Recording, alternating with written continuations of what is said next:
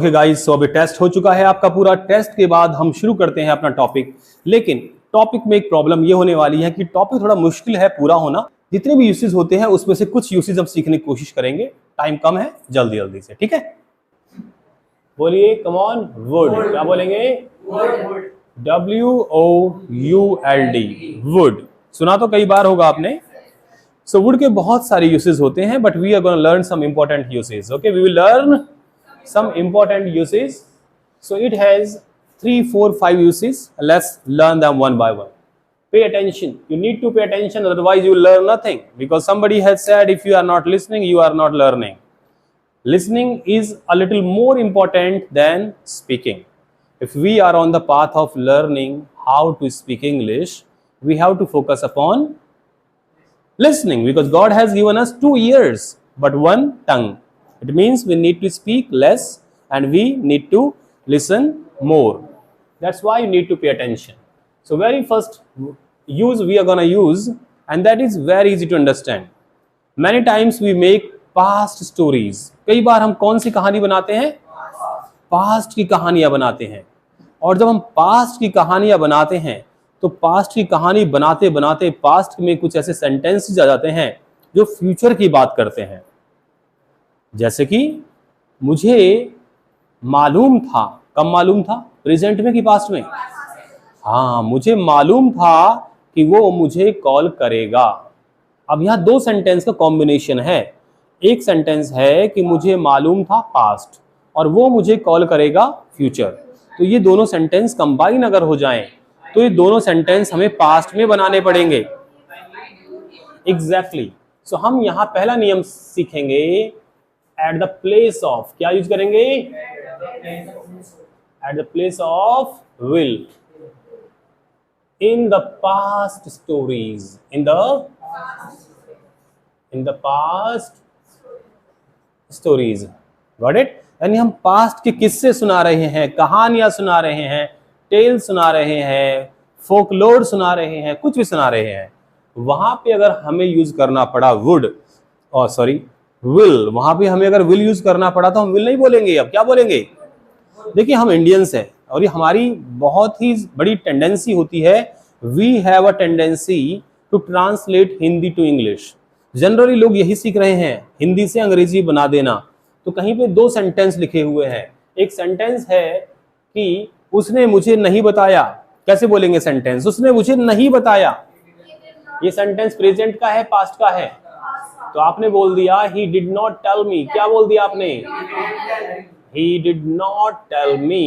ये sentence number 1 है। और एक सेंटेंस है कि वह आगरा जाएगा। ये अलग सेंटेंस है। मान लीजिए वह आगरा जाएगा। कैसे बोलेंगे? he will go to Agra. अब ये 2 डिफरेंट इंडिविजुअल सेंटेंसेस है। ये इंडिविजुअल सेंटेंस है और ये भी, दोनों अलग अलग सेंटेंसेस हैं। लेकिन किसी कंडीशन में अगर ये किसी कहानी का हिस्सा होते, कोई पास्ट की कहानी का कोई हिस्सा होते, और वहां पे किसी ने सेंटेंस बोला होता कि उसने मुझे नहीं बताया कि वो आगरा जाएगा, यानी ये दोनों सेंटेंस प्लस हो जाते। क्या हो जाते? तो पहला सेंटेंस हो गया पास्ट का और दूसरा सेंटेंस हो गया फ्यूचर का। तो ग्रामर कहती है कि इन दोनों सेंटेंस को अगर हम मिला दें तो ये दोनों सेंटेंस पास्ट के बन जाएंगे। किसके बन जाएंगे? तो अब ये सेंटेंस मिला के बनाएंगे हम। He did not tell me, बोले come on. He did not tell me। अब इसको मिलाने के लिए, हम प्लस करने के लिए हमारे पास जो कंजंक्शन है वो है that। क्या है? that। दोनों को मिलाने का काम कर रहा है that। उसके बाद he, और विल को हम विल नहीं बोलेंगे। अब अगर हमने यहाँ पे विल लगा दिया तो हमारा सेंटेंस क्या हो जाएगा? गलत। हमें वुड बोलना होगा। He did not tell me that he would go to Agra. समझ में आई कहानी की नहीं आई? तो आपने देखा पहला सेंटेंस पास्ट का है तो दूसरा भी पास्ट का ही हो जाएगा, यानी विल का पास्ट होता है वुड। आप इसे ऐसे भी सीख सकते हैं। तो हमने सीखा पहला यूज विल का, सॉरी पहला यूज वुड का क्या है? At the place of will in the past stories. एक सेंटेंस और बनाइए कि मुझे मालूम था वो पास हो जाएगा। मुझे मालूम था वो पास हो जाएगा।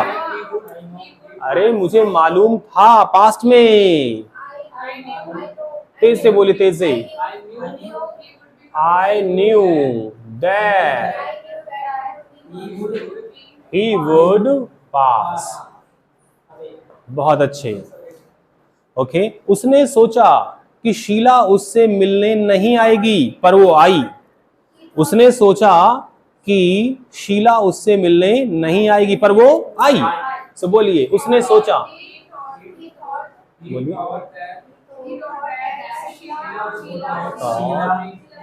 He thought that Sheila would not, sorry, would not. Come on, फिर से बोलिए।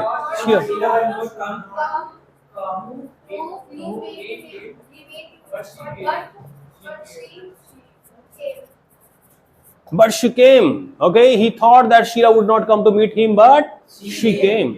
She came. देखा, कहां पे लगा हमने? would लगा दिया। will लगाएंगे, सेंटेंस हमारा गलत हो जाएगा।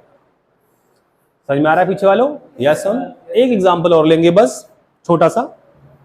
उसने मुझे कभी नहीं बताया, उसने मुझे कभी नहीं बताया कि वो मुन्नी से शादी करेगा। उसने मुझे कभी नहीं बताया कि वो मुन्नी से शादी करेगा। Come on. He never told me। He never told me, यानी पास्ट में he never told me that he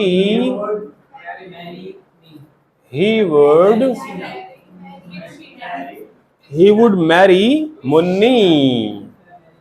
Munni की शादी करा दी हमने। ओके, शादी हो गई मुन्नी से, लेकिन आपको बाद में पता लगा। कहा आपने, अरे उसने मुन्नी से शादी कर ली। आपने कहा हाँ भाई, उसने मुन्नी से शादी कर ली। यार उसने मुझे कभी बताया ही नहीं। उसने मुझे कभी नहीं बताया कि वो शादी किससे करेगा? मुन्नी से। तो ये पास्ट में उसने मुझे कभी नहीं बताया फ्यूचर के बारे में, लेकिन फ्यूचर को मैं विल नहीं बोलूंगा। क्या बोलूंगा? वुड। आप हमेशा मुन्नी को सिर्फ बदनाम करते रहे, हमने उसकी शादी करा दी। अब यहाँ पे एक वर्ड है मैरी। क्या है? मैरी। अब मैरी का मतलब भी होता है शादी करना। क्या होता है बच्चों? शादी करना। लेकिन आजकल हम इसे मैरी डायरेक्ट बहुत कम यूज करते हैं, हम इसे फ्रेज के रूप में यूज करते हैं। बोलते हैं गेट मैरिड। क्या बोलेंगे? Get married. क्या बोलेंगे बच्चों? दोनों का एक मतलब है, शादी करना, शादी करना। और एक तीसरा मीनिंग और है, एक तीसरा तरीका और है बोलने का। हम बोलते हैं टाई द नॉट। क्या बोलते हैं? Tie the not. इसका मतलब भी है शादी करना। तो आपने कहा मैं शादी करूंगा, आप बोल सकते आई विल मैरी। आपने कहा मैं शादी करूंगा, आई विल गेट मैरिड। आप बोल सकते I will tie the not. अब मजे की बात यह है, किससे शादी करोगे? अगर आप किसी से शादी करेंगे तो मैरी के बाद आपको प्रपोजिशन नहीं लगाना पड़ेगा। मैरी के बाद कोई प्रपोजिशन नहीं है, लेकिन गेट मैरिड के बाद टू आएगा। क्या आएगा? To. I will get married to. अगर यहाँ पे नाम लेना है आपको, मान लीजिए नाम है, मान लीजिए क्या नाम है, कुछ भी नाम है, ठीक है, तो I will get married to her या हिम, तो आपको टू लगाना पड़ेगा। गेट मैरिड के साथ टू चलता है। गॉट इट और नॉट? तो शादी करने के तीन तरीके। चलो आगे बढ़ते हैं। क्या आपके टॉपिक क्लियर हो गया? वुड का पहला यूज है at the place of will in the past story. Will को हटा के पास्ट की कहानी में वुड लगेगा, लेकिन इसका एक एक्सेप्शन है। क्या है? एक्सेप्शन क्या होता है? अपवाद। जहां पे ये फॉर्मूला काम नहीं करेगा, जहां पे ये नियम काम नहीं करेगा, ये एक एक्सेप्शन है। कैसे? आप ये सब कैसे समझ में नहीं आया? चलो अभी देखते हैं। एक्सेप्शन में हम नोट लिखते हैं। क्या लिखते हैं? नोट। क्या लिखते हैं? नोट के अंदर एक बात ध्यान रखिएगा कि अगर बोला गया डायलॉग, पास्ट की कहानी में कोई बोला है डायलॉग फ्यूचर का, और वो किसी कॉमे के अंदर है, इनवर्टेड कॉमास के अंदर है, कोटेशन मार्क्स के अंदर बंद है, तो विल बदलेगा नहीं, वो ज्यों का त्यों रहेगा। It will remain same. हम उसे नहीं बदल सकते।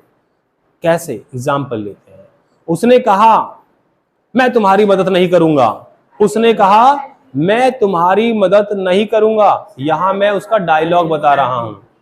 यहां मैं उसका डायलॉग बता रहा हूं। उसने कहा मैं तुम्हारी सहायता नहीं करूंगा। अब पहला सेंटेंस तो किसका है, पास्ट का, इज सैड। लेकिन जो डायलॉग है वो किसके अंदर बंद है, कॉमास के अंदर बंद है। I will not help you, और हमारा कॉमा बंद हो गया। अब ये क्योंकि कॉमे के अंदर बंद है, ये एक कॉन्वर्सेशनल तरीका है, ये दो लोगों के बीच में कॉन्वर्सेशन को दिखाने की कोशिश की जा रही है कि ये उसने कहा, शी ने नहीं कहा, उसने कहा, और उसने क्या कहा, उसके ही डायलॉग को बोला जा रहा है। He said, I will not help you। यहाँ पे उसके मुंह से निकले हुए डायलॉग को हम लिख रहे हैं, और जो ऊपर वाला सेंटेंस है उसमें डायलॉग किसी के मुंह से नहीं निकला है, मेरे मुंह से निकला है। He never told me that he would not marry Munni, or would marry Munni। He never told me that he would marry Munni। अगर ये कॉमे के अंदर बंद होता, ध्यान दीजिए एडवांस लेवल है, अगर ये कॉमे के अंदर बंद होता तो ये सेंटेंस ऐसे नहीं लिखा होता, फिर ये लिखा होता He never told me। told को हमें करना पड़ता said to। He never said to me, और कॉमे के अंदर लिखा होता I, वो ऐसे बोलता ना, I will not marry Munni, क्या लिखा होता, This is advanced grammar। Got it or not? चलिए, तो हमने would का पहला यूज सीख लिया है जो कि सबसे ज्यादा इंपॉर्टेंट है। अब हम बढ़ते हैं यूज नंबर 2 की तरफ। अगर आपको आगे समझ में, सॉरी, अगर आपको क्लियर हो गया है तो आगे बढ़ते हैं, नहीं तो और एग्जांपल लेते हैं। काफी एग्जांपल है, चलिए बनाइए फटाफट से सेंटेंस जल्दी से। पूनम बता दीजिए सेंटेंस अंग्रेजी में कैसे बोलना है आपको कि यस, मुन्नी को मालूम था कि शीला डांस करेगी।